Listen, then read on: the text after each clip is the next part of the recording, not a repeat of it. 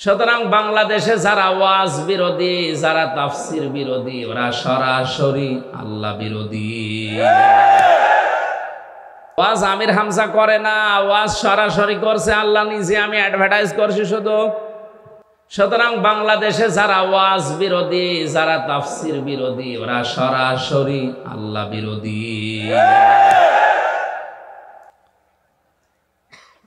কক্সবাজারে হয়তো এরকম মানুষ খুব কম, এগুলো কুষ্টিয়াতে বেশি। লালনের মাজারে 3 দিন একাধারে চলছে আল্লাহর নাম নিয়ে গাঁজা খাওয়া, কোনো অসুবিধা নেই, আরো পুলিশ দিয়ে পাহারা দেওয়া হয়। অথচ কুষ্টিয়াতে, চুয়াডাঙ্গা, এই সমস্ত জায়গায় তাফসির মাহফিল লিখা দেখলে আগেই 14 জায়গায় অনুমতি নেওয়া। মেলার নাম দিয়েছে বই মেলা, বই খুঁজে পাওয়া যায় না। মেলার নাম দিয়েছে শিশু মেলা, শিশু নেই, শুধু শিশুর খালার আর মামারা। এই সমস্ত জায়গার কোনো অনুমতি নেই। ইসালে সাহেব হচ্ছে সারারা আঞ্জুমানে কি নাম দিয়ে উল্টা পাল্টা, গোসল শরীফ, নওর শরীফ, কি শরীফ হচ্ছে, কোন শরীফে কোনো সমস্যা নেই, যত সমস্যা কোরআন শরীফ। কথা বলেন। এতদিন পর্যন্ত অনেকেই জানতাম মুনাফিকদের আচরণ বা আলামত 3টা।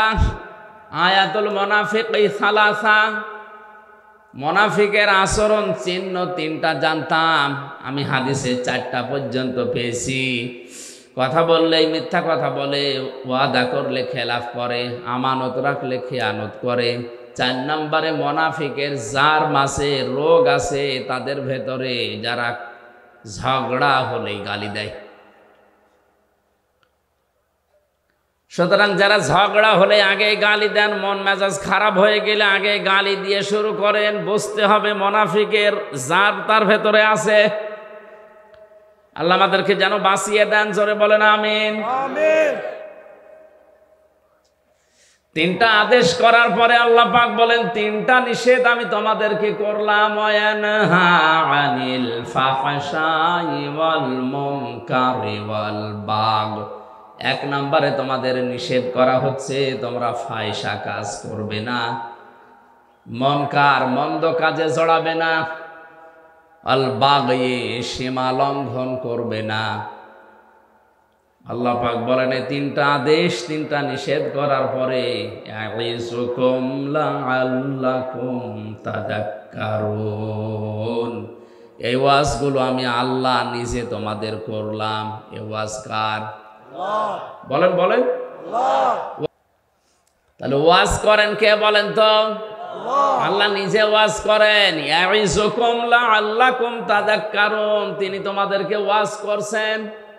আশা করা যায় আল্লাহর বান্দারা আল্লাহর এই 6টা ওয়াজ যদি মেনে নেয় তাদের উপকার হবে। দেখি আল্লাহর ওয়াজগুলো আমরা অ্যাডভার্টাইজ করি, কেমন উপকার পায় দুনিয়াতে। 1ম নম্বরে আল্লাহ আমাদেরকে আদেশ দিয়েছেন, নির্দেশ দিচ্ছেন আমরা যেন দুনিয়ায় ন্যায় বিচার করি। কি বিচার? ন্যায় বিচার কাকে বলে? আইন দাল্লাম আদল মামান আল আদাল লগাতানা সারহান। আদল কত প্রকার, কি কি? তাফসিরে আমি পেয়েছি আদল প্রধানত 3 প্রকার। কয় প্রকার? 1 প্রকার আদল হচ্ছে আল্লাহর সাথে ন্যায় বিচার, 2 নম্বর রাসূলের সাথে ন্যায় বিচার, 3 নম্বর আল্লাহর সৃষ্টি জগতের সাথে ন্যায় বিচার। আল্লাহর সাথে ন্যায় বিচার কি? কোরআনে আল্লাহর শরীয়তের বিধান দিয়েছেন 500 কত? জেলখানায় থাকাকালীন সৌদি আরবের একজন লেখক, এটা সরান তো,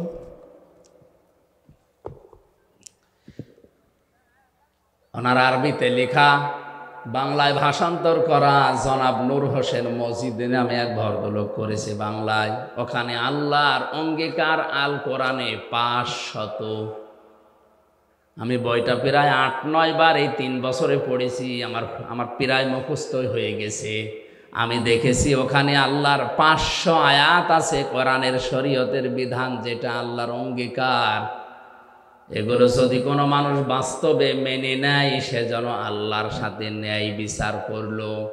তার ভেতরে আজকের এই আয়াতে আছে 6টা। কয়টা? না, এটা কি ডিস্টার্ব করে বারবার, এই জন্য এগুলো লাগাতে নিষেধ করি।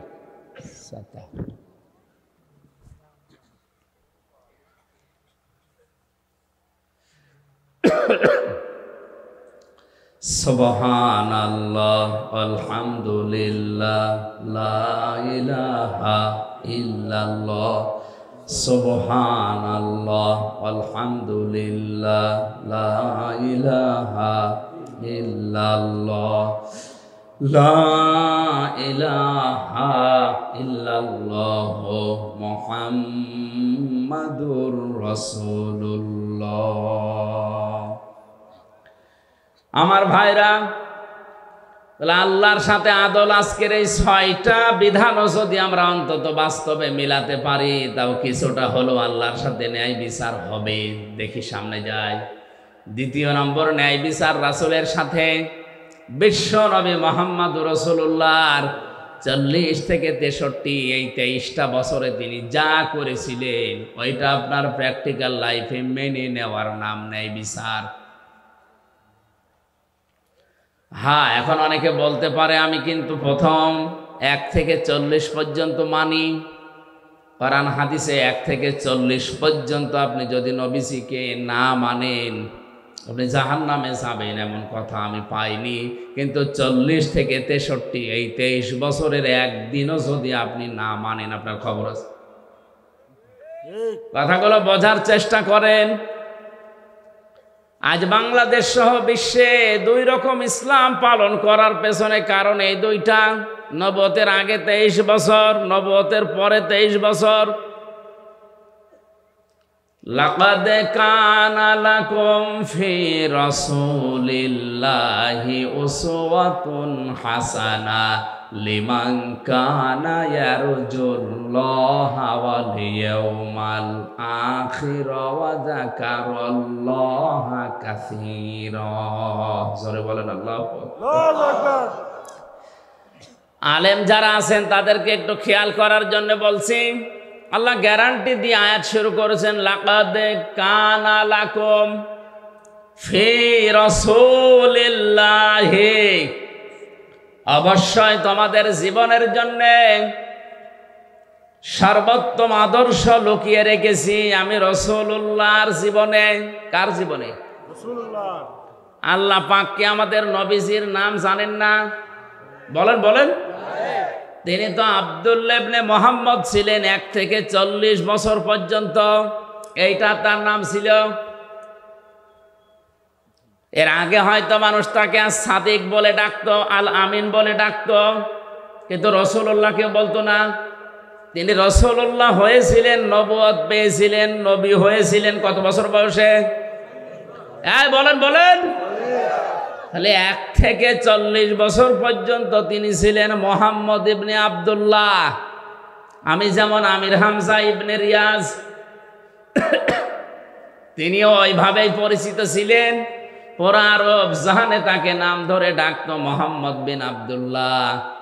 এখনো পর্যন্ত মিডল ইস্টে যে দেখেন তারা বাবার নামকে জুড়ে দিয়ে ডাকে। ছেলের নাম যদি হয় আব্দুর রহমান, তাহলে বলে আবু আব্দুর রহমান, আব্দুর রহমানের পিতা। যতগুলো সাহাবীর নাম আপনি দেখবেন অধিকাংশ বাবার নামের সাথে জুড়ে দেওয়া। আব্দুল্লাহ বিন মাসউদ, আব্দুল্লাহ ইবনে ওমর রাদিয়াল্লাহু তাআলা আনহুমা। আল্লাহ রাব্বুল আলামিন 1 থেকে না আমার মুহাম্মদ ইবনে আব্দুল্লাহ নেই, এখন হয়ে গেছেন তিনি রাসূলুল্লাহ। আগের 23 বছরে একটা শত্রু যার নেই, পরের 23 বছরে 82 বার তাকে ডাইরেক্ট হত্যা করার জন্য ইহুদিরা চেষ্টা চালিয়েছে। মানুষ তো একই আছে, আগেও যা ছিল পরেও তাই, শুধু নাম পাল্টিয়ে হয়েছে মুহাম্মদ ইবনে আব্দুল্লাহর জায়গায় রাসূলুল্লাহ। এই কথা বলুন। আজ আমরা বাংলাদেশ সহ বিশ্বে যারা মুহাম্মদ ইবনে আব্দুল্লাহর কাজগুলো করছে তাদের শত্রু হবে না, হওয়া সম্ভাবনা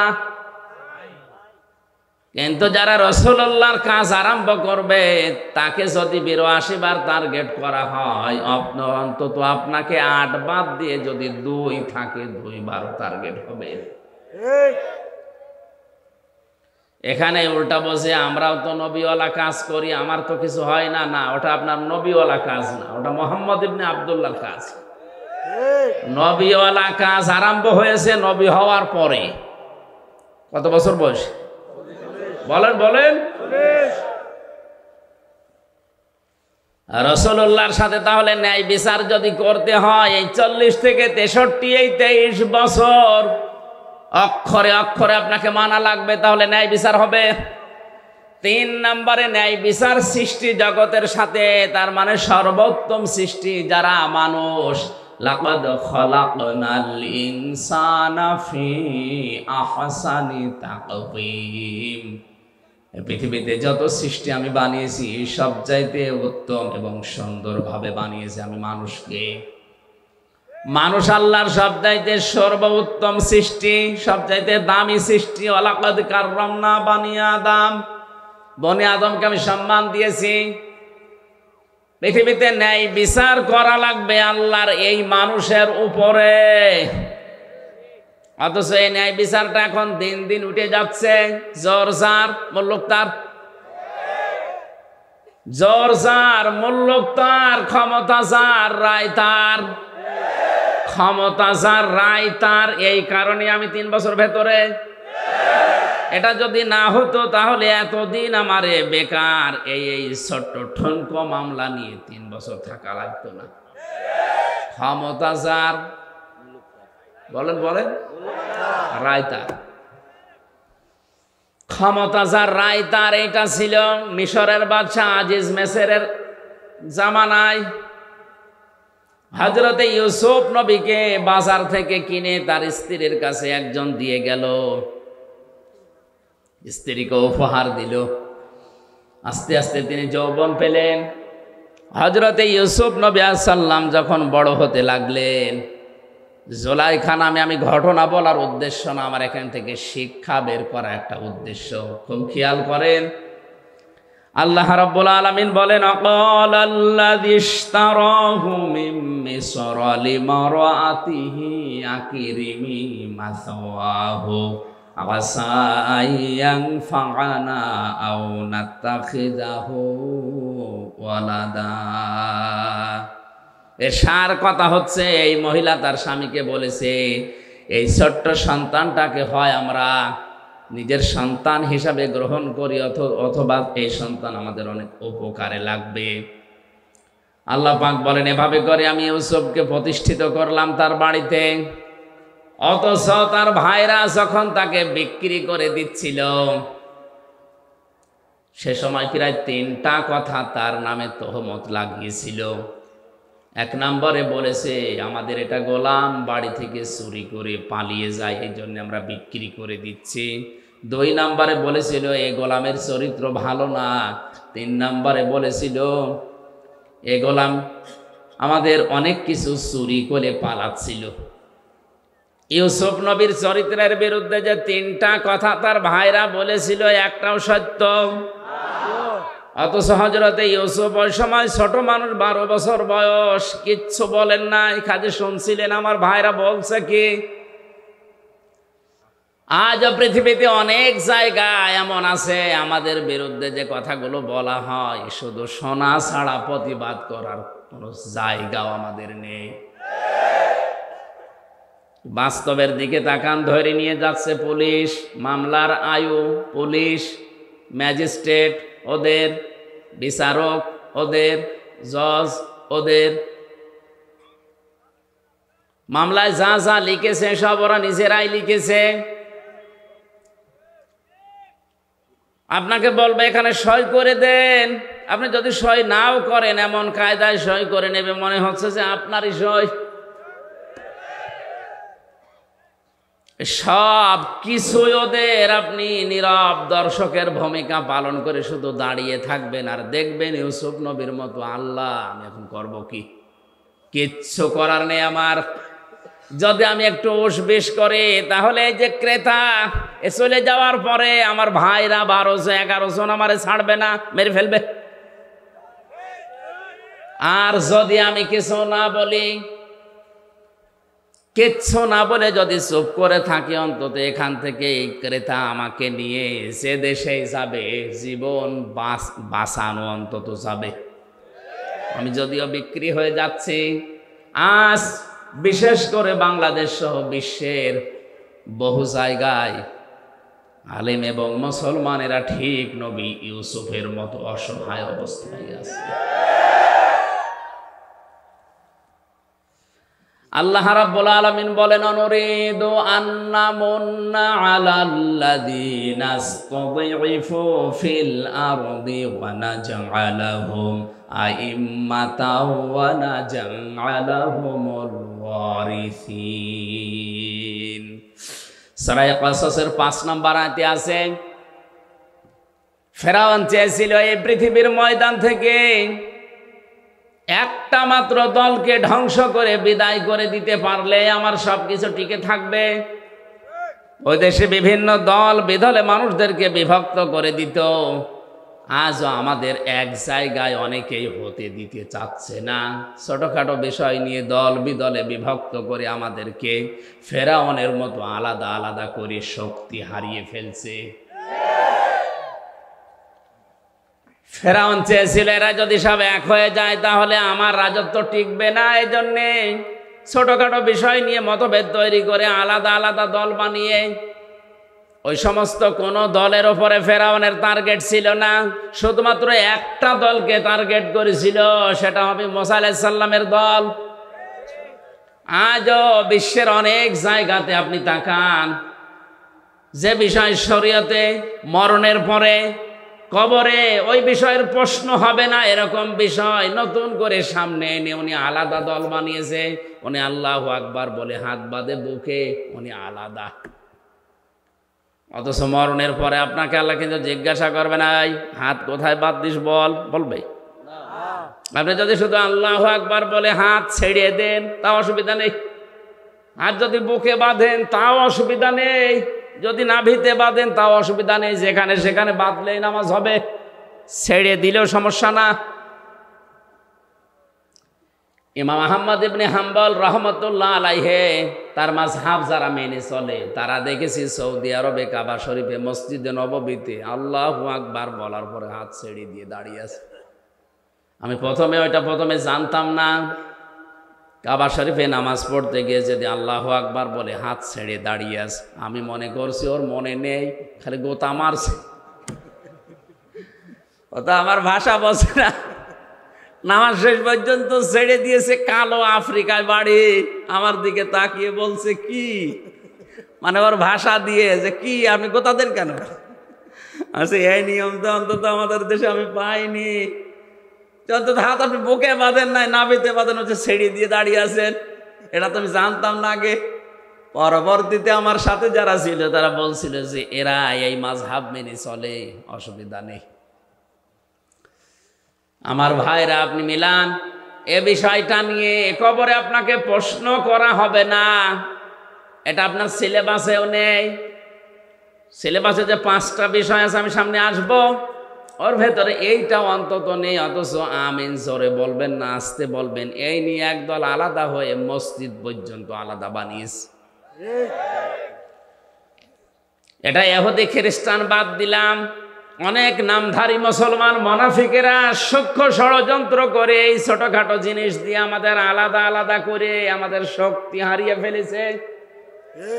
ওয়াতিউল্লাহা ওয়া রাসূলাহু ওয়া লা তানাসাউ ফাতাফশালু ওয়া তাযহাবা রিহুকুম ওয়াসবিরু ইন্নাল্লাহা মা'আস সাবিরিন।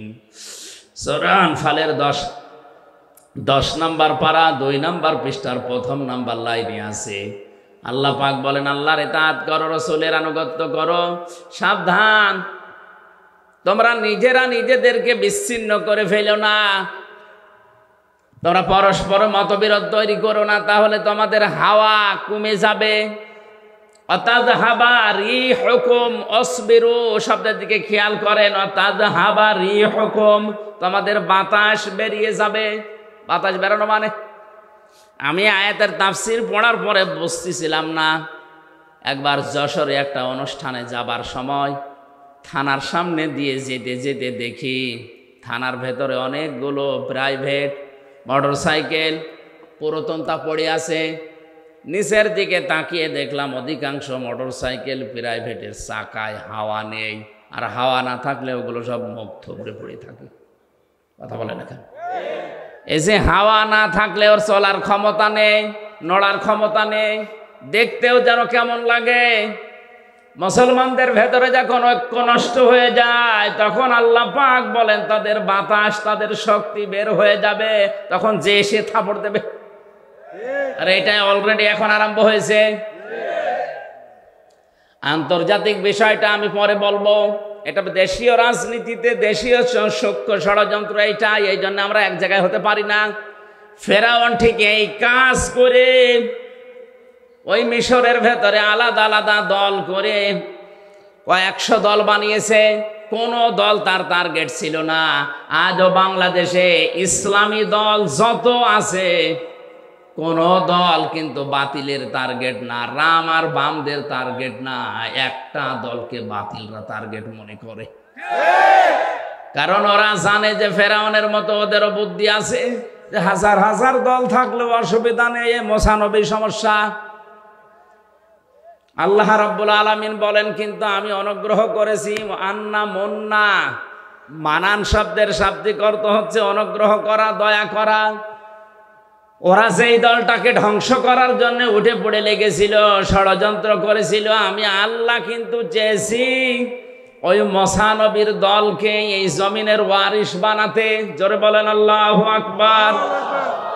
আজও তামাম দুনিয়ায় যারা হকপন্থী সঠিক দলকে বুঝে ফেলেছে, ইমাম ইবনে তাইমিয়া বলেন তোমরা যদি হক দলকে চিনতে না পারো তাহলে বাতিলের দিকে তোমরা তাকাও, তারা কোন দলকে টার্গেট করে। তুমি হয়তো হক চিনতে নাও পারো, কিন্তু বাতিল হক চেনে। হযরতে মুসা আলাইহিস সালামকে আল্লাহ রাব্বুল আলামিন জমিনে প্রতিষ্ঠিত শুধু করেননি, জমিনের ওয়ারিস বানিয়ে দিয়েছিলেন। ইউসুফ নবী আলাইহিস সালামকে জমিনে তিনি প্রতিষ্ঠিত করলেন।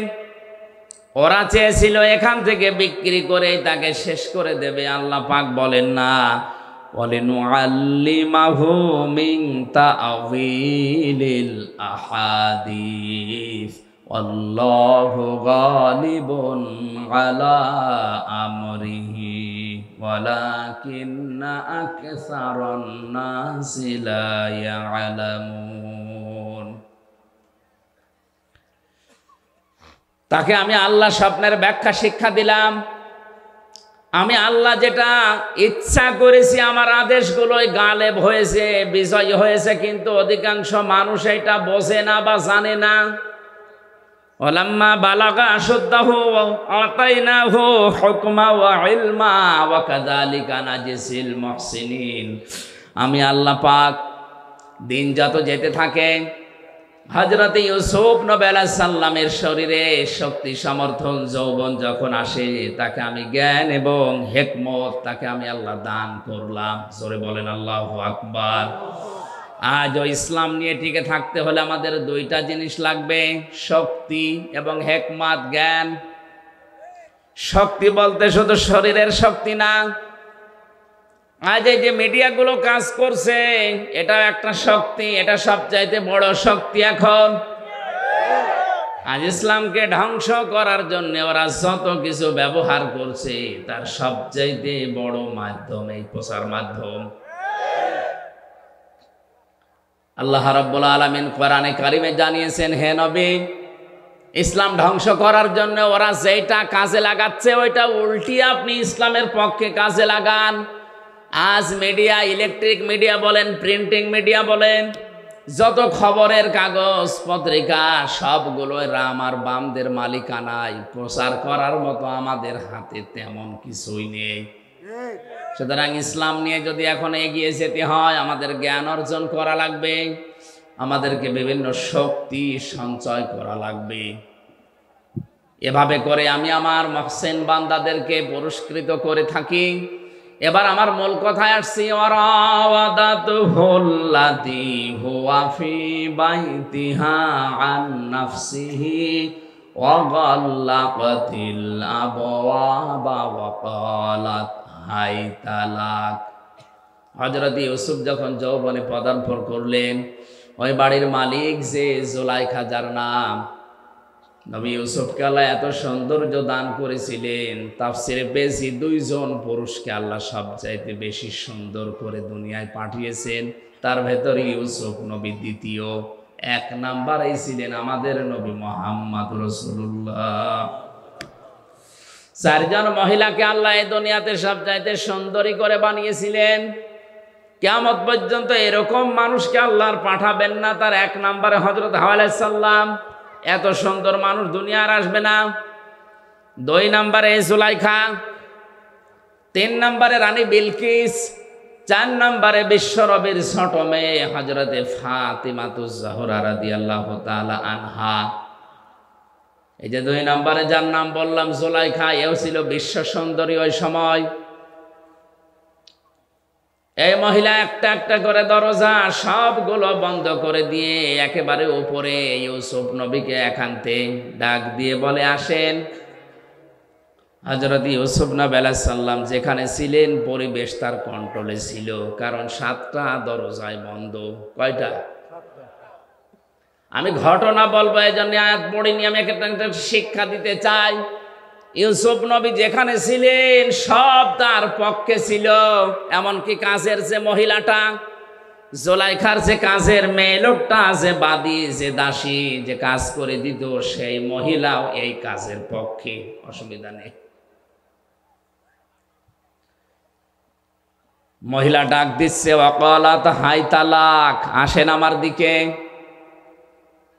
হযরত ইউসুফ আলাইহিস সালাম বললেন, ইন্নী আখাফুল্লাহ, আমি আল্লাহকে ভয় পাই।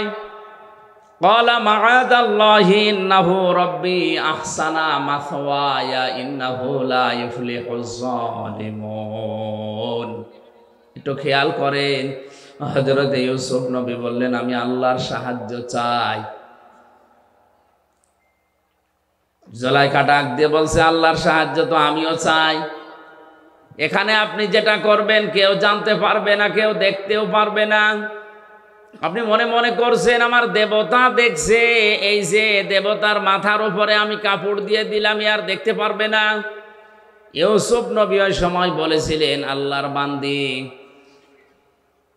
এই মাটির মূর্তিগুলো কাপড় দিয়ে হয়তো ঢাকা যায়, কিন্তু আমি এমন একজন সত্তার ইবাদত করি, যার মুখ, যার চোখ কখনো কাপড় দিয়ে বন্ধ করা যায় না।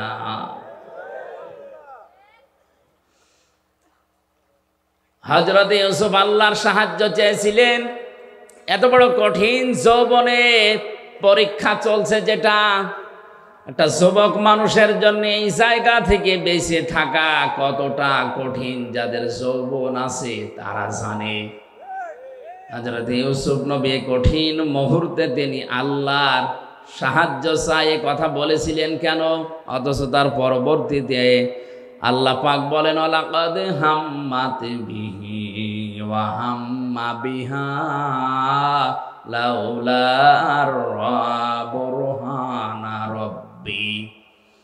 এমন একটা পরিবেশ তার কোন অনুকূলে ছিল। তিনি একজন নবী, নবীদের শরীরে এমনিতেই যৌবন বেশি। সাধারণ মানুষের চাইতে নবীদের শরীরে যৌবন কমপক্ষে 27 গুণ বেশি থাকে। কত? আল্লাহর নবীর এই ডান হাতে এই দুনিয়ার 100 মানুষের শরীরে যে শক্তি আছে, তার ডান হাতে এই শক্তি ছিল। নবীদের যৌবনও বেশি, তাদের শক্তিও বেশি, পরিবেশে কন্ট্রোলে। যেমন তেমন মহিলা না, বিশ্ব সুন্দরী। আল্লাহ রাব্বুল আলামিন বলেন, হযরতে ইউসুফও কিন্তু মানুষ হিসাবে রাজি হয়ে গিয়েছিলেন, আর ওই মহিলা তো আগেই রাজি। এই আয়াতের কথা যা বলছি ঠিক আছে? হ্যাঁ,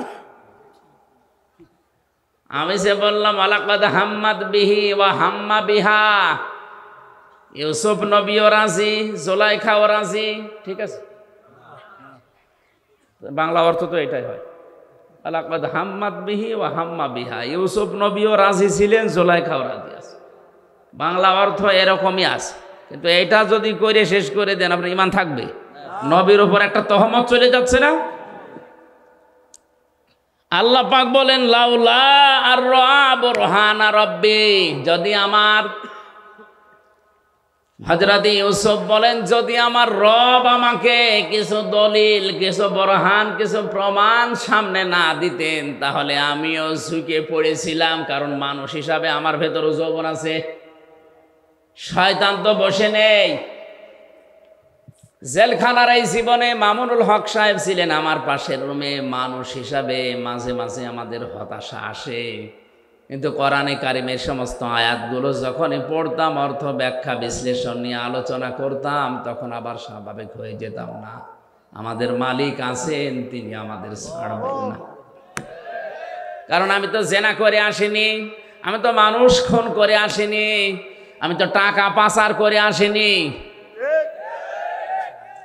কোরআনে কারিমের সূরা মায়েদার 67 নম্বর আয়াত আমি যেই দিন পড়েছি, ওই দিন থেকেই কোরআনে কারিম যতটুকু বুঝি, যতটুকু জানি, আমি সাফ করে পরিষ্কার করে প্রচার করার চেষ্টা চালাচ্ছি সেই 12 সাল থেকে। ইয়া আইয়ুহার রাসূলু বাল্লিগ মা উনজিলা ইলাইকা মির রাব্বিক ওয়া ইল্লাম তাফআল ফামা বাল্লাগতা রিসালাতা আল্লাহু ইয়াসিমুকা মিনান নাস ইন্নাল্লাহা লা ইয়াহদিল কওমাল কাফিরিন। আল্লাহ পাক বলেন, হে রাসূল বাল্লিগছেন। এইজন্য আমাদের তাবলীগ যদি হয়, প্রচার যদি হয়, শুধুমাত্র প্রচার হবে, তাবলীগ হবে কোরআনের। তাছাড়া দুনিয়ার কারো প্রচার করা, প্রসার করা, প্রশংসা করা জায়েজ নেই। কিসের প্রশংসা করা দরকার আপনার? ওয়া ইল্লাম তাফআল ফামা বাল্লাগতা রিসালাতা, হে নবী আপনার উপর যে কোরআন আমি দিলাম, এটা যদি প্রচার না করেন, তাবলীগ না করেন, আপনি যেন রিসালাতের দায়িত্বই পালন করেননি। আল্লাহ এতটুকু বলেই কিন্তু শেষ করেননি। আল্লাহ জানে যে ঝামেলা সামনে আছে, এই জন্য বলেন আল্লাহু ইয়াসিমুকা মিনান নাস। ইয়াসিমু এটা মোজারে, বর্তমান, ভবিষ্যৎ, প্রেজেন্ট, ফিউচার। আমি জানি যে আপনার উপরে বিপদ আসবে তাবলীগ করতে গেলে কোরআনের। আমি যেটা নাজিল করেছি এর তাবলীগের, প্রচারের, প্রসার যদি আপনি করতে চান, ঝামেলায় পড়বেন, বিপদ আসবে। আমি আল্লাহ গ্যারান্টি দিলাম আপনাকে, আমি আল্লাহ নিজে বাঁচাবো।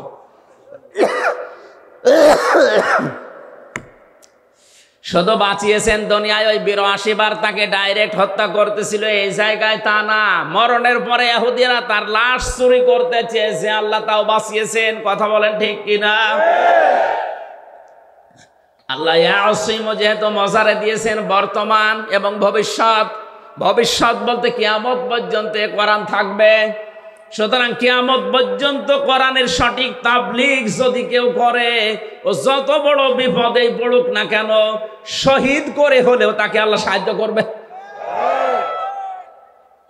অনেকেই মনে করে যে জেলখানায় গিয়ে শহীদ হয়ে গেলে ওর জীবন শেষ হয়ে গেল, মারা গেল না।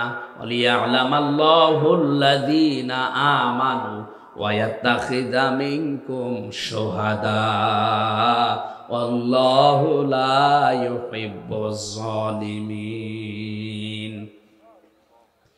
সূরা আলে ইমরানের ভেতরে 140 নম্বর আয়াতে আছে, আল্লাহ পাক বলেন যার জীবন যৌবন আমার পছন্দ হয়, যার প্র্যাকটিক্যাল লাইফ আমার কাছে ভালো লাগে, ওকে সাধারণভাবে মরণ দেয় না, ওদেরকে আমি আল্লাহ শাহাদতের মরণ দিয়ে ধন্য করি।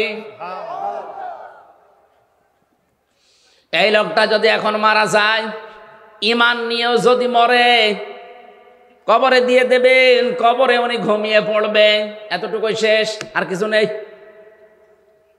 কিন্তু যদি শহীদ হয়ে মরতে পারে, কবরে যাবার পরে আমার আল্লাহ নিজে ওনাকে খাওয়াবে। আরো আসতে বলেন। 50 বছর কোরআনের দাওয়াত দিয়ে যদি ঈমান নিয়ে শুধুমাত্র বাড়িতে বসে বসে মরেছে, তো মরণের পরে কবরে ঘুমিয়ে থাকতো কিয়ামত পর্যন্ত, এই শেষ। কিন্তু আল্লাহ এটা চাইনি। আল্লাহ তার জীবন যৌবনকে, তার কর্মজীবন, প্র্যাকটিক্যাল লাইফ এটা পছন্দ করেছে। এই জন্য সাধারণভাবে মরণ না দিয়ে শাহাদতের মরণ দিয়ে ধন্য করেছে। আমরা মনে করছি কই মরে গেল, না, মরে যায়নি। ওয়ালা তাহসাবান্নাল্লাযীনা কুতিলু ফি সাবিলিল্লাহি আমওয়াতা বাল আহইয়াউন ইনদা রাব্বিহিম ইরযাকুন। সূরা আলে ইমরানের 162 নম্বর আয়াতে সম্ভবত আছে।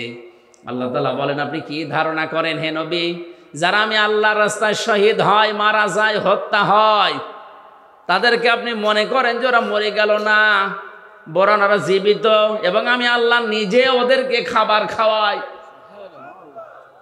সুতরাং আজ ফিলিস্তিনের এই মুসলমানেরা সহ বিশ্বের যত জায়গায় আজ মুসলমানদেরকে শহীদ করা হচ্ছে, মারা হচ্ছে, হত্যা করা হচ্ছে, এই মানুষগুলোর জীবন ব্যর্থ না, এদের জীবন আল্লাহর কাছে পছন্দনীয়। এই জন্য শাহাদতের মরণ দিয়ে আল্লাহ তাদের ধন্য করছেন।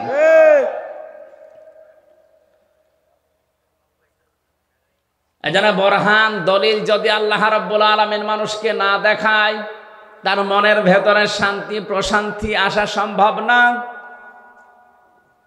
কত মানুষ দেখলাম শুধুমাত্র ইসলামের জন্য 20 বছর, 22 বছর, 25 বছর পর্যন্ত পড়ে আছে ওই চার দেওয়ালের মাঝে, দুনিয়ার কিচ্ছু আর জানে না। এমনিতে একটা ঘরের ভেতরে আমার মাত্র 3 বছর থাকতেই হাঁপিয়ে উঠেছি। যে লোকটা আজ 25 বছর আছে, এমনি থাকা যায় না। মহান আল্লাহ অবশ্যই তাকে কোনো কিছু দেখাচ্ছে। এই যে লাউলা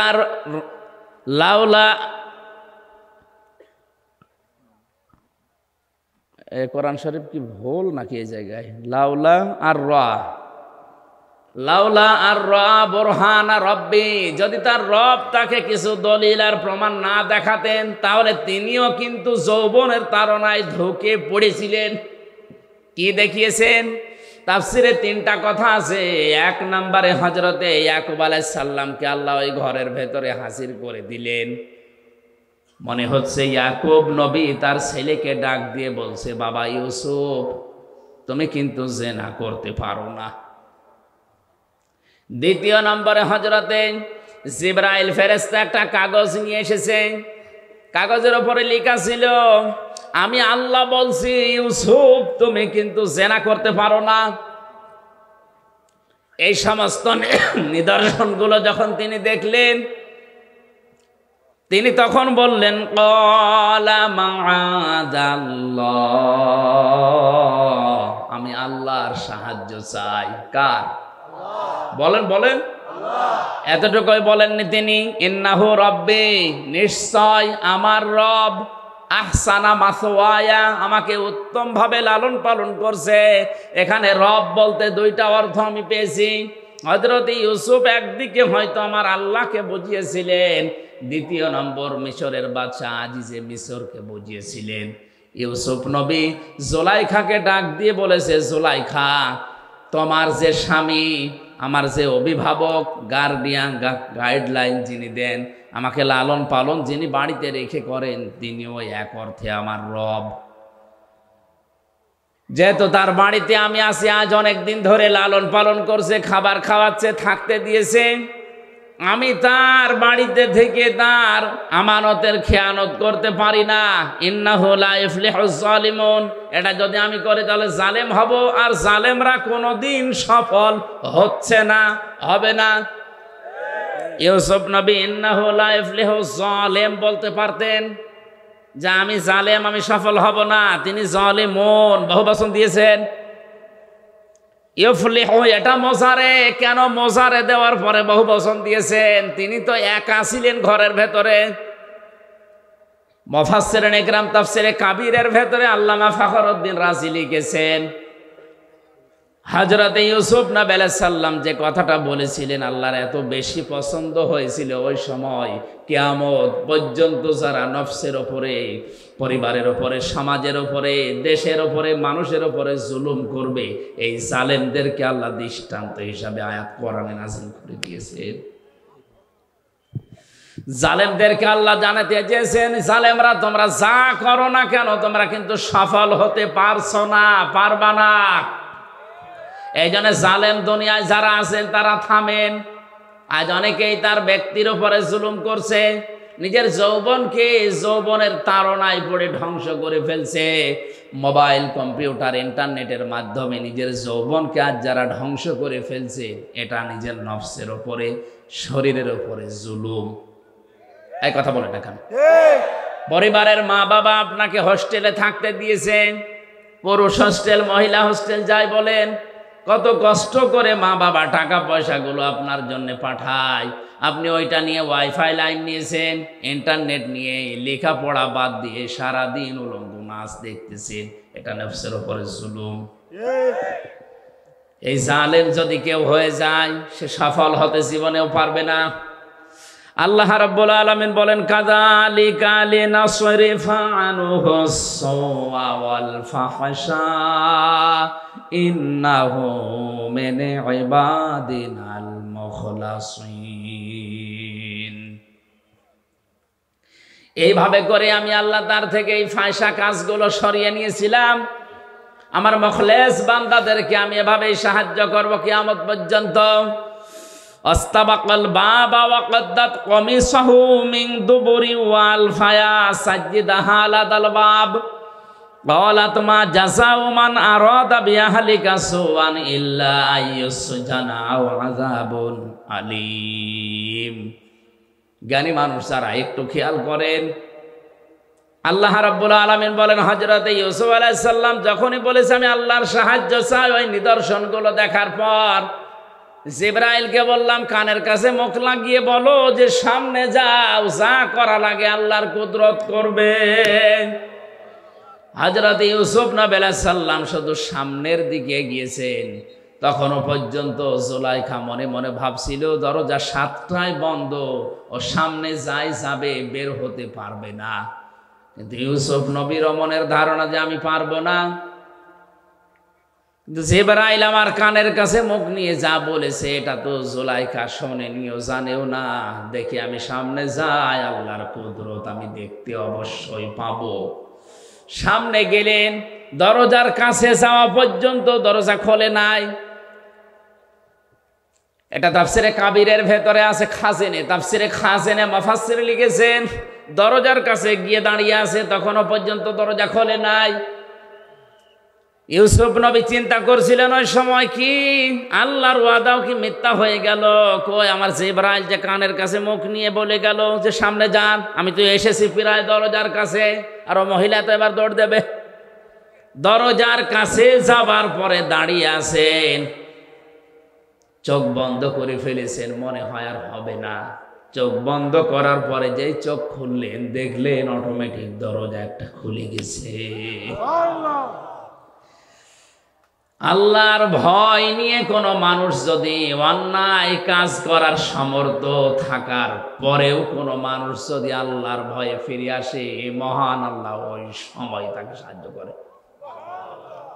হযরতে ওমরের জামানার একটা ঘটনা পড়েছিলাম হাদিসে। তিনি ক্ষমতা পাওয়ার পরে রায় দিয়ে দিলেন, ঘোষণা দিয়ে দিলেন যে মদ আজকে থেকে হারাম।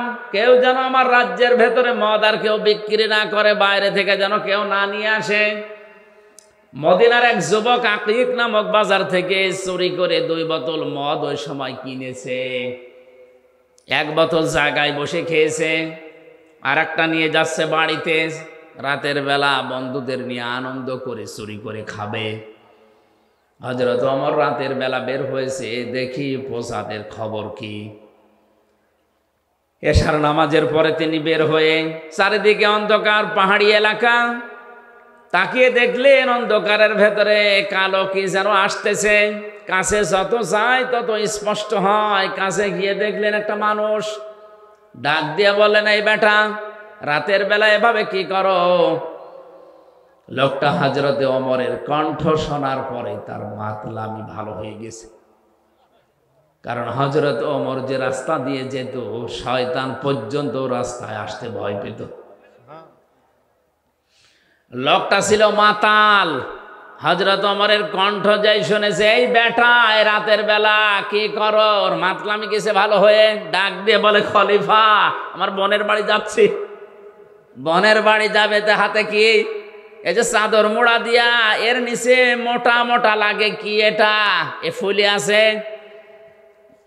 ও মনের অশান্তি মুখ দিয়ে বের হয়ে গেছে, এটা দুধের বোতল মা দিয়েছে, বোনের বাড়িতে নিয়ে যাচ্ছি। হযরত ওমর সঙ্গে সঙ্গে বললেন, দেখি তোর দুধের বোতল দেখা কেমন। লোকটা চিন্তা করছে, মিথ্যা কথা তো বলেই ফেলেছি, এক বোতল খেয়েছিলাম, আর এক বোতল নিয়ে যাচ্ছিলাম। এই কঠিন মুহূর্তে যদি চাদরটা তুলে বোতলটা হাতে দেই, দেওয়ার সঙ্গে সঙ্গে এই মিথ্যা বলার অপরাধ আমরা মেরে ফেলবে। এখনো পর্যন্ত ওর বিশ্বাস হয়নি আমার চাদরের নিচে কি আছে, ও তো জানে মদ।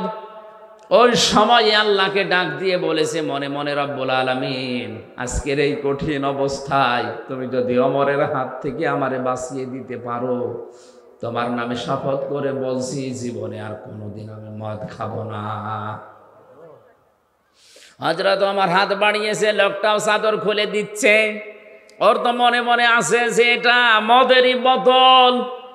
চাদর ওসা করে যখন ওনার হাতে দিয়েছে, হযরতে ওমর হাতে নিয়ে দেখলেন গরম দুধ। ডাক দিয়ে বলে, আল্লাহর বান্দা, এই নাও, চলে যাও। লোকটাকে যখন বলে এই নাও চলে যাও, ও আর যায় না, জায়গায় দাঁড়িয়ে আছে। হযরত ওমর জিজ্ঞাসা করে, কি যাও না কেন? লোকটা বোতল ফেলে দিয়ে বলে, খলিফাতুল মুসলিমিন, আমি কিন্তু সত্যি মদ খেয়েছিলাম, আর এক বোতল নিয়ে যাচ্ছিলাম বন্ধুদের নিয়ে খাবো। আপনি যখন চাইলেন আমিও দেওয়ার জন্য রেডি। ওই সময় মনে মনে আল্লাহকে একটা ডাক দিয়েছিলাম, রব্বুল আলামিন, তোমাকে ভয় করেই বলছি, আজকে যদি ওমরের হাত থেকে তুমি আমারে বাঁচিয়ে দিতে পারো, জীবনে আর মদ খাবো না। যে আল্লাহ আমার সেকেন্ডের ভেতরে মনের কথা শুনে মদের বোতলকে দুধের বোতলে পরিণত করে দিয়ে আপনার হাত থেকে বাঁচিয়ে দিতে পারে, সত্যি আল্লাহর নামে আমি যেটা কসম করেছিলাম ওটা ঠিক রাখবো, জীবনে আর কোনোদিন আমি আর মদ খাবো না। এই জন্য মন থেকে ভয় করে যদি কোনো মানুষ সঠিক সিদ্ধান্ত নিয়ে ফিরে আসতে পারে অন্যায় কাজ থেকে, ওই সময় থেকে আল্লাহ তাকে সাহায্য করবেন। হযরত ইউসুফ নবী ঠিক এই মুহূর্তে দরজার সামনে দাঁড়িয়ে চোখ বন্ধ করে উনি মনে করছিলেন, কই জিবরাইল যেটা বললো মেলে না। চোখ খুলে দেখে মিলে গেছে। সামনের দিকে এগিয়ে যাচ্ছিলেন। জুলাইখা চিন্তা করছে, কই ধরা গেল না। পেছন দিক থেকে জামা টেনে ধরেছিলেন। হযরত ইউসুফ নবীর শরীরের শক্তি ছিল না। বলেন বলেন, কয়জনের নাম বললাম? 27 জন যুবকের শরীরের শক্তি ছিল কমপক্ষে। এক একজন নবীদের শরীরের ভেতরে একটা মহিলা টান দিয়েছে পেছন দিক থেকে। তিনি এমন জোরে হ্যাঁচকা টান দিয়ে সামনের দিকে এগিয়েছে, 7টা দরজায় তো খুলতে আরম্ভ করেছে। মহিলার হাতেও শক্তি কম ছিল না, কারণ সেও তো রাজার স্ত্রী। ভালো ভালো খাওয়ার শরীর, জামা ছিঁড়ে গেছে, তারপরও ধরতে পারে নাই। একেবারে শেষ দরজায় যাবার পরে দেখে বাদশাহ দাঁড়িয়ে আছে, আজিজ মেসের। ডাকতে বলে, ইউসুফ এ কি অবস্থা? ইউসুফ নবী কথা বলতে যাবে তার আগেই জুলাইখা ডাক দিয়ে বলে, বাদশাহ আপনি বাড়িতে নেই, এই সুযোগে আপনার এই গোলাম আপনার স্ত্রীর বেডরুম পর্যন্ত এসে দেখেন কি অবস্থা করেছে। হযরতে ইউসুফ নবী বললেন, না, এ দোষ আমার না, আপনার স্ত্রীর দোষ।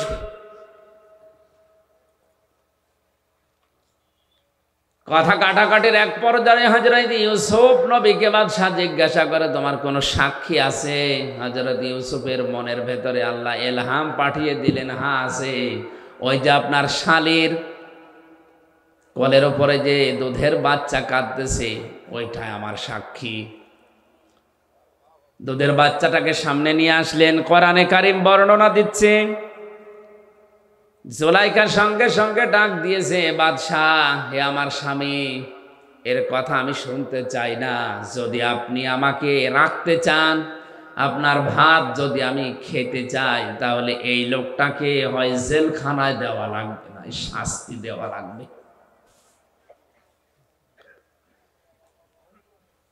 হযরত ইউসুফ আলাইহিস সালাম ছোট্ট এই বাচ্চার দিকে তাকিয়ে ইশারা করলেন, তোমার যা জানা আছে বলো দেখি। বাচ্চা ওর কি জানা আছে? আল্লাহ রাব্বুল আলামিন বলেন, ইউসুফ আলাইহিস সালামের কথা শোনার পরেই কিন্তু বাচ্চা কথা বলেনি।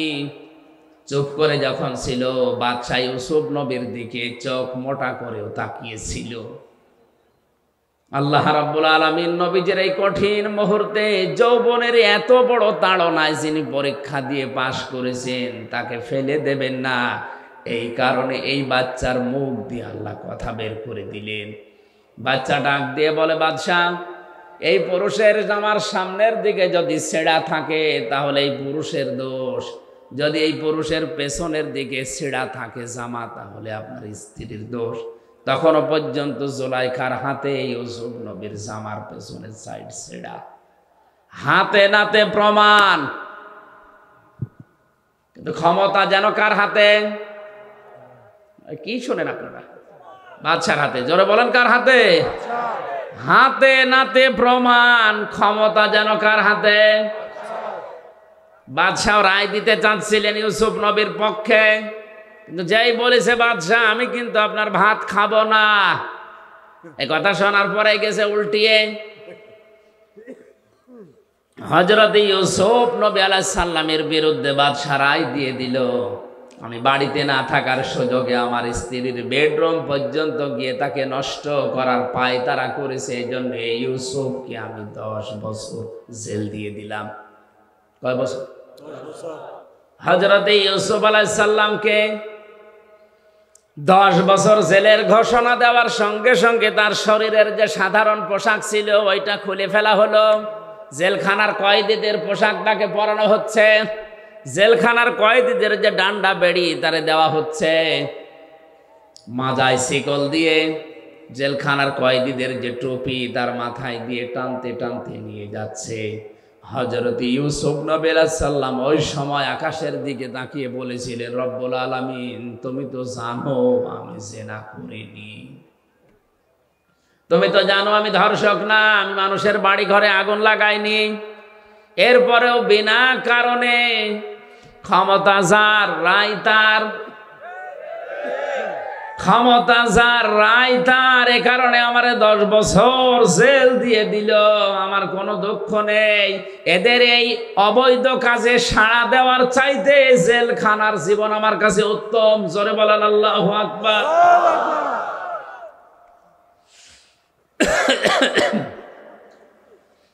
আমার ভাইরা,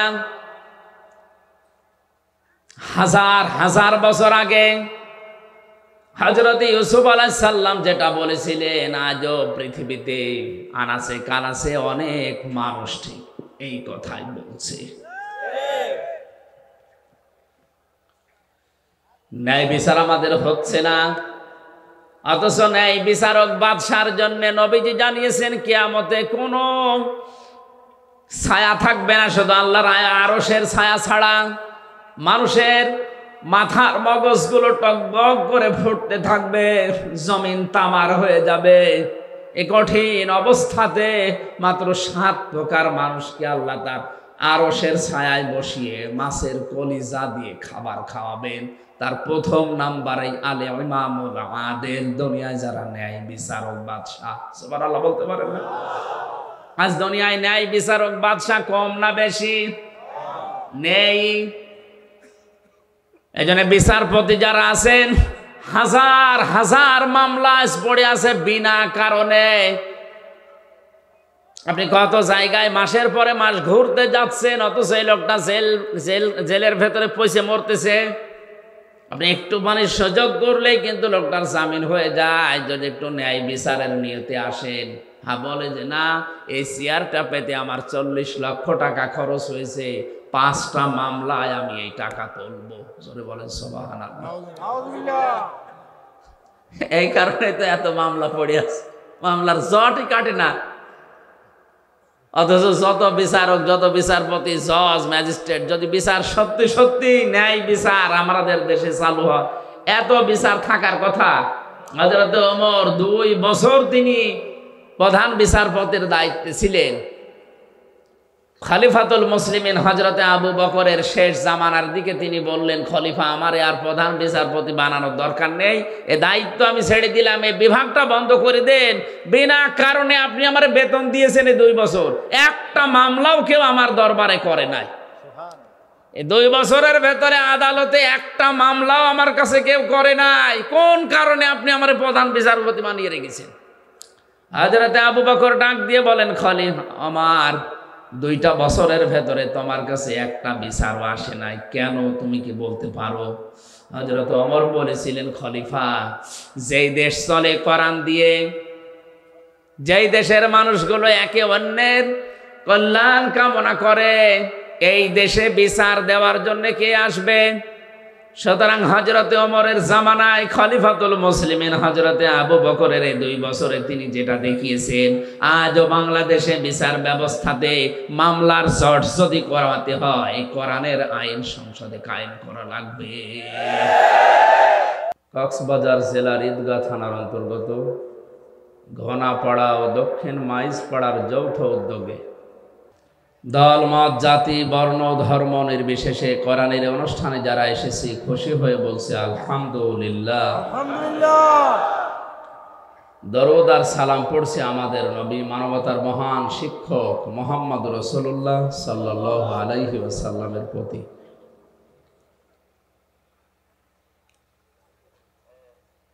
কোরআনে কারীম থেকে একটা মাত্র আয়াত আমরা পড়েছি, সূরা নাহলের 90 নম্বর আয়াত।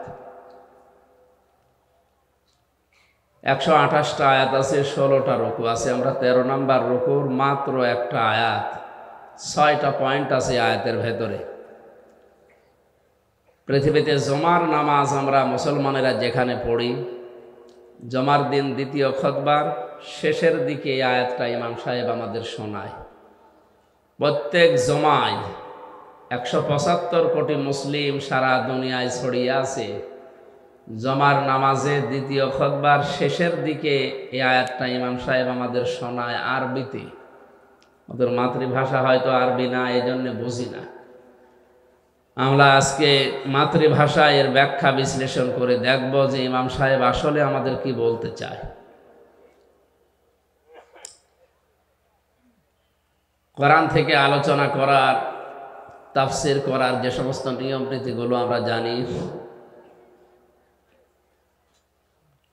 ফি জিলালিল কোরআনে সাইয়্যিদ কুতুব রহমাতুল্লাহ আলাইহি 6টা শর্ত দিয়েছেন। কেউ যদি কোরআনের কোনো আয়াত থেকে তাফসীর করে মানুষকে শোনায়, প্রথমে তার শুদ্ধ তেলাওয়াত করবে, মাতৃভাষায় অর্থ করবে, ঐতিহাসিক প্রেক্ষাপট তাদের সামনে বলবে। 4 নম্বরে ব্যাখ্যা বিশ্লেষণ যতটুকু আছে তার সমর্থে সে করবে। 5 নম্বরে ওখান থেকে মূল শিক্ষা নিয়ে যৌথভাবে সবাইকে উদ্যোগ নিয়ে এটা মানার চেষ্টা চালানো লাগবে।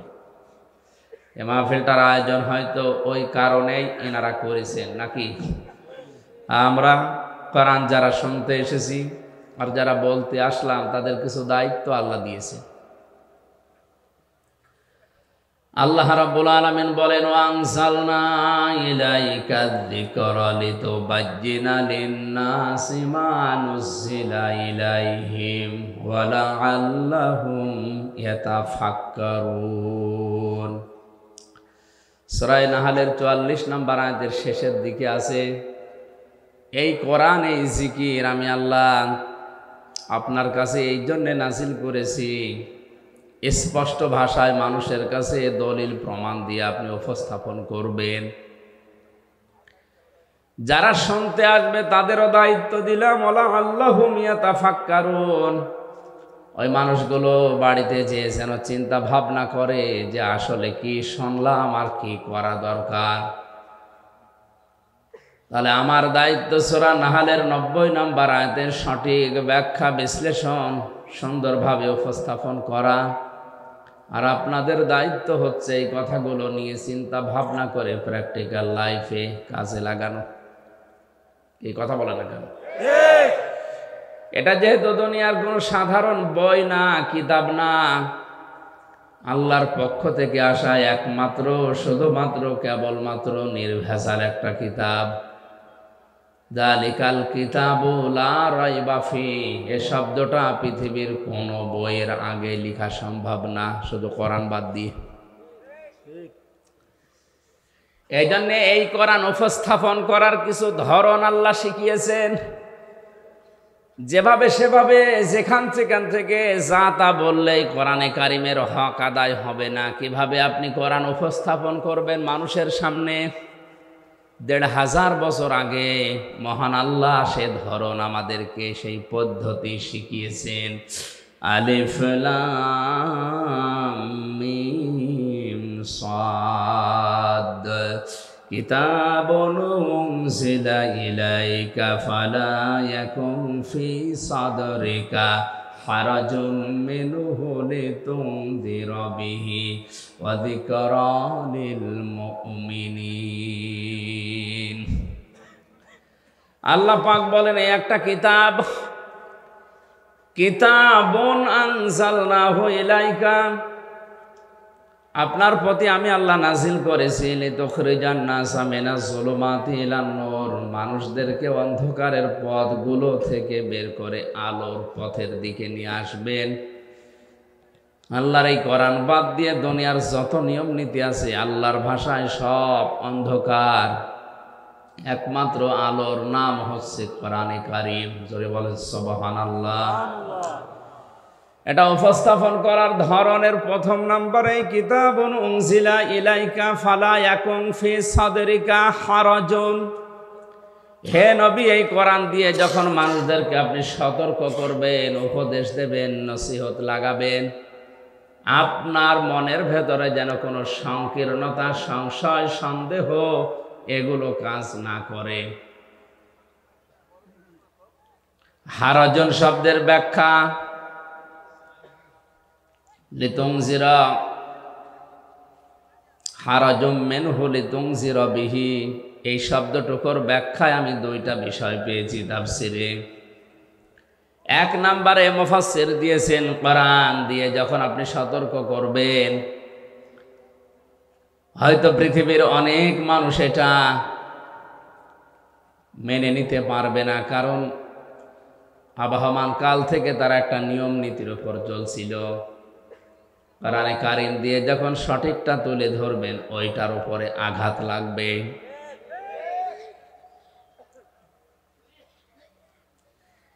আঘাত লাগার কারণে সেই মানুষগুলো বিরোধিতা করবে। এতদিন সেই মানুষেরা আপনাকে চাকরি দিত, বেতন দিত, ভাতা বাড়িয়ে দিত, আপনার হাদিয়া তোফা লাগাতো, তারা আজ এই কথাগুলো শোনার পরে ওগুলো বন্ধ করে দিতে পারে। এইটা বাস্তব পৃথিবীতে এখন হচ্ছে না, হচ্ছে না?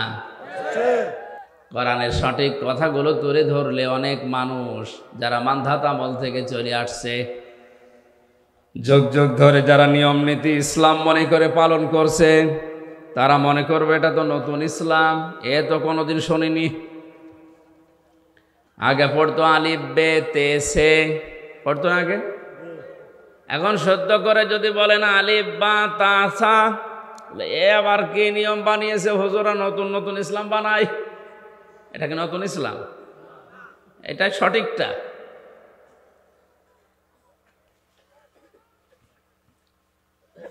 দ্বিতীয় নম্বরে আপনি যে ব্যাখ্যা, বিশ্লেষণ, তাফসীর উপস্থাপন করবেন মানুষের সামনে, হয়তো অনেকেই না বোঝার কারণে বিরোধিতা করতে পারে। এই ধরনের মানুষ কম। না না, এটা বোঝে না, এই জন্য বিরোধিতা করে। বুঝলে অন্তত মুসলিম যারা, তারা বিরোধিতা করার কথা না। নাস্তিকদের কথা বাদ দিলাম। এতটুকু আল্লাহ শেষ করে দেননি। পরবর্তী আয়াতে আল্লাহ পাক বলেন, ইত্তাবিউ মা উনজিলা ইলাইকুম মির রাব্বিকুম ওয়া লা তাত্তাবিউ মিন দুনিহি আউলিয়া ক্বালিলাম মা তাযাক্কারুন। তোমরা সবাই মিলে অনুসরণ করো, ইত্তেবা করো, দেখে দেখে চলো। তাবউন শব্দের শাব্দিক অর্থ হচ্ছে অনুসরণ করা, অনুকরণ করা, দেখে দেখে চলা। তোমাদের প্রতি তোমাদের রবের পক্ষ থেকে যেটা নাজিল হয়েছে সেইটা দেখে দেখে তোমরা চলো।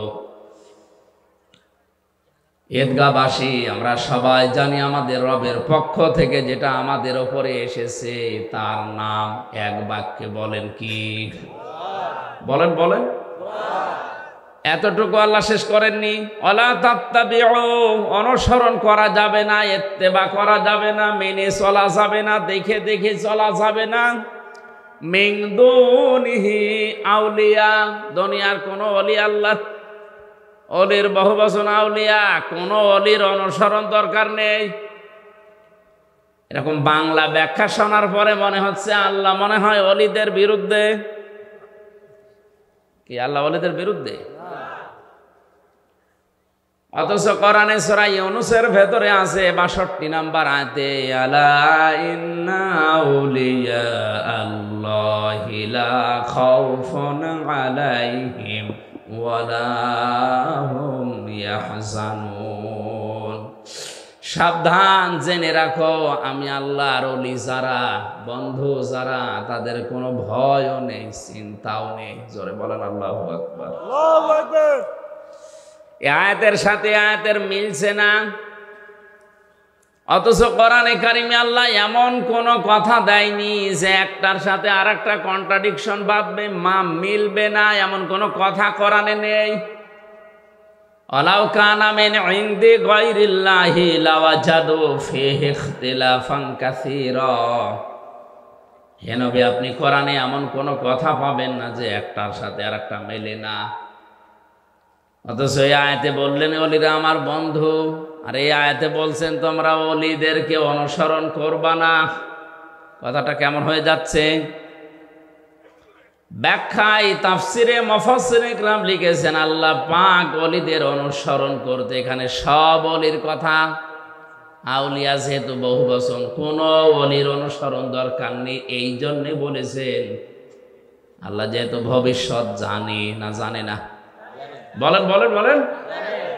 আল্লাহ পাক খুব ভালোভাবে জানেন ভবিষ্যতে এমন বান্দা দুনিয়াতে আসবে, ওরা আমি আল্লাহর চাইতে ওদের আব্বাকে বড় মনে করবে।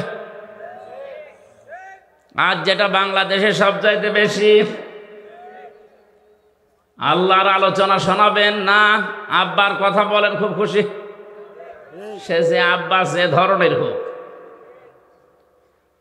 অনেকে আল্লাহর চাইতে আব্বাকে বাবাকে বড় মনে করবে, এই জন্য আল্লাহ আগে সতর্ক করার জন্য নিষেধ করলেন। কালিলাম মা তাযাক্কারুন। আফসোস, আল্লাহর এই আলোচনা থেকে উপদেশ গ্রহণ করবে খুব কম মানুষ। আমরা যেন ওই কম মানুষের ভেতরেও থাকতে পারি। জোরে বলেন আমিন। সূরা নাহলের এই ৯০ নম্বর আয়াতে আল্লাহ পাক ৬টা বিষয় আলোচনা করেছেন, ৩টা আদেশ আর ৩টা নিষেধ। আল্লাহর আদেশ মানাও ফরজ, নিষেধ মানাও ফরজ। বলেন না কেন? ৬টা ফরজ এই আয়াতে আছে। একটা একটা করে ব্যাখ্যা করে যতটুকু আমাদের মেধায় আছে এখান থেকে নিয়ে আমাদের বাস্তব জীবনে আমরা মিলিয়ে দেখব আসলে আমরা এই আয়াতটা প্রতি জুমার দিন যেটা আরবিতে শুনি ওটা আমাদের জীবনে মিলছে কিনা। আল্লাহ পাক বলেন, ইন্নাল্লাহা ইয়া'মুরু বিল আদলি ওয়াল ইহসানি ওয়া ইতা'i যিল কুরবা। অবশ্যই আমি আল্লাহ নির্দেশ করছি বিল আদলি, দুনিয়াতে তোমরা ন্যায় বিচার করবা। কি বিচার? ন্যায় বিচার। দ্বিতীয় নম্বর হল ইহসান, ভালো ব্যবহার করবা। ওয়া ইতাই দিল কুরবা, নিকট আত্মীয়দের খোঁজ খবর রাখবা। এই তিনটা কাজ যদিও আমরা মুআমালাত মুআশারাত ইসলামের একটা অন্যতম বিধান, সাধারণ জিনিস মনে করি, আর কি মানুষের সাথে হাসি মুখে কথা বলা এটাও যে ইবাদত অনেকে জানেই না। আকুলু লিন-নাসি হুসনা, মানুষের সাথে কথা বললে ভালো ভালো কথা বলো। যদি কেউ হাসি দিয়ে কথা বলা শুরু করে সালাম দিয়ে, তাহলে তার সাদগা দেওয়ার সওয়াব হয়। অথচ মুখ গোমরা করে থাকে, কথায় বলতে চায় না, আর কথা বললে গালি দেয় না। গালি এলাকায় নেই, এটা রাজনীতি না আসল নীতি? এই নীতির পক্ষে আছেন কারা দেখি? লিল্লাহি তাকবীর।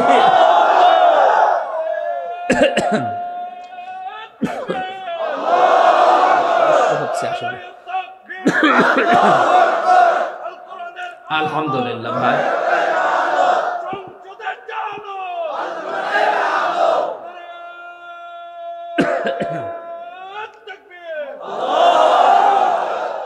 এই জন্য ন্যায় বিচার এটা প্রতিষ্ঠিত যদি হয়, সবাই আমরা বাঁচতে পারবো। থাক সম্মানিত ভাইরা, এক একটা পয়েন্টের ভেতরে হাজার হাজার কথা লুকিয়ে আছে। আমার শরীরের যে অবস্থা, যা গলার যে অবস্থা, কথা একটু জোরে বললেই কাশি হচ্ছে। আর একটা অনুষ্ঠান ছিল মাগরিবের পরে, ওইটা করতে গিয়ে আরো ঝামেলায় পড়ে গেছে। 3 বছর একাধারে কি খেয়েছি আমি জানি আর আল্লাহ জানে। কারণ এমন অবস্থায় আমাদেরকে রেখেছিল, আপনারা অনেকে শুনেছেন, ফাঁসির কন্ডেম সেলের ভেতরে খাবার দাবারের যে অবস্থা, ভেতরের কল কবজা আর সেরকম নেই, খালে ওপরে খোসা পড়ে আছে। এটা স্বাভাবিক হতে কিছুদিন সময় লাগবে, আস্তে আস্তে সুস্থ হই, সামনে আবার আসবো ইনশাল্লাহ, কথা বলবো নাকি? যে গরু দিয়ে মানুষ চাষ করে খাবে, গরুই যদি মরে যায় তো কি চাষ করবেন? আমি অন্তত বেঁচে থাকি নাকি মরে যাব? আমার বুকেও ব্যথা করছে, কণ্ঠের অবস্থাও দেখছেন ভালো না, আর সফর হয়ে গেছে অনেকক্ষণ, অনেক বেশি। আমি খুব সামারাইজ করে 6টা পয়েন্ট শেষ করে দিচ্ছি। আল ইহসান, আল্লাহ বলেন ভালো ব্যবহার করবা। ভালো ব্যবহার 7 প্রকার মানুষের সাথে করার আদেশ আছে আল্লাহ। প্রথম নাম্বারে মানুষ ভালো ব্যবহার করবে তার মা বাবার সাথে। কার সাথে? 2 নম্বরে তার স্ত্রীর সাথে, 3 নম্বরে তার সন্তানাদির সাথে, 4 নম্বরে তার পরিবারস্থ লোকদের সাথে, এরপরে আছে প্রতিবেশীর সাথে, এরপরে আরেকটু দূরে, এরপরে জনগণের সাথে, এরপরে পৃথিবীর সাথে। 3 নম্বরে আল্লাহ বলেন ইতাই দিল কুরবা, নিকট আত্মীয় স্বজনের খোঁজ খবর রাখবা। দুনিয়া আপনি যাদেরই খবর রাখেন, সবচাইতে বেশি খোঁজ রাখা লাগবে রক্তের সম্পর্ক যাদের সাথে আছে তাদের। অথচ আজ এই কাজটা, এই নির্দেশটা আমরা অনেকেই আমাদের সামাজিক জীবনে মানতে পারছি না। ধর্ম বোন পাতিয়েছে, প্রতি বছরে 5 বার করে যায়। নিজের আপন বোন, রক্তের সম্পর্ক বছরেও 1 বার যায় না, এমন মানুষ দুনিয়ায় নেই। ওয়ানহানিল ফাহশাই ওয়াল মুনকারি ওয়াল বাগয়, আল্লাহ বলেন আমি নিষেধ করলাম কোনো অশ্লীল কাজে জড়াবে না। প্রকাশ্য পাপের চাইতে গোপন পাপ আল্লাহর কাছে ঘৃণিত। সুতরাং মোবাইল দিয়ে, কম্পিউটার দিয়ে, ইন্টারনেটের মাধ্যমে আজ যারা গোপন পাপে লিপ্ত হয়েছেন, আল্লাহর নির্দেশ এখান থেকে সরে আসেন। সাইফুল্লাহ ভাই, আল্লাযীনা ইত্তাখাযু দীনাহুম লাহওয়া ওয়া লাইবা আয়াতের ব্যাখ্যা করে সময় পাননি আপনারা? সূরা আরাফের এই 151-52 নম্বর আয়াতগুলো একটু দেখে নেবেন। এরপরে মুনকার, অন্যায় কোনো কাজে আমরা জড়াবো না। দুধে পানি দেওয়া এটা ভালো কাজ না অন্যায় কাজ? এরকম যত রকমের ধোঁকাবাজি আছে ব্যবসা বাণিজ্যে, এগুলো থেকে বিরত থাকা লাগবে। আল বাগী, আল্লাহর সীমা লঙ্ঘন করা যাবে না। যে যে সীমানা আছে ওখানে গিয়ে থেমে যাওয়া লাগবে। আল্লাহ বলেন এই ওয়াজগুলো আমি আল্লাহ করলাম, যদি মেনে নাও তোমাদের উপকার হবে। আল্লাহ আমাদেরকে এই 6টা ওয়াজ বাস্তব জীবনে মেনে চলার তৌফিক দিন, আমিন।